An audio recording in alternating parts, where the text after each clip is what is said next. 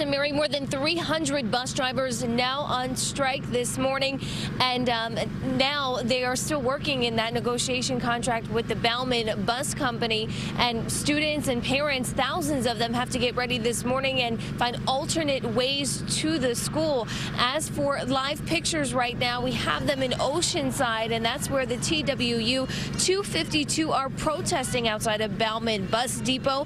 The strike affects 4 school districts here in Nassau County. They include Freeport, Baldwin, Hicksville, and Rockville Center. The union workers want a guaranteed 5 days of work. They want sick days, and they'd like a wage increase. We're excellent drivers, matrons, and we deserve a fair contract. These people are working at low rates of pay and are being penalized every time a school is closed, and that's out of their control. They need 5 consistent days of pay so that they can budget their life accordingly.